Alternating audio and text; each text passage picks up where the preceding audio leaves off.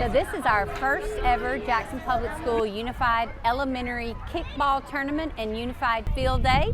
All Jackson Public Schools who have come out today to participate in our Unified Kickball Tournament, which is exceptional ed kids and regular ed kids coming together to compete on the same teams and compete against one another. Doing kickball, sack races, and jump rope.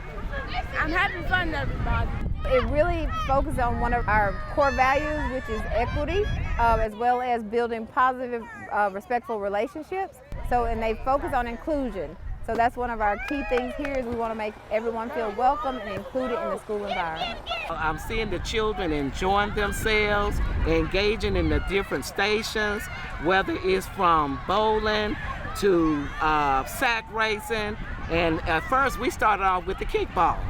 And my babies, they really enjoy playing kickball. I'm having some good fun. I'm roughing kickball and I've been racing with my friends. We absolutely love it. We love our partnership with Jackson Public Schools. Today is going to be a great day of inclusion with the middle and high school, and just seeing the smiles on their faces as the kids in exceptional ed and regular ed partner up for a great time today.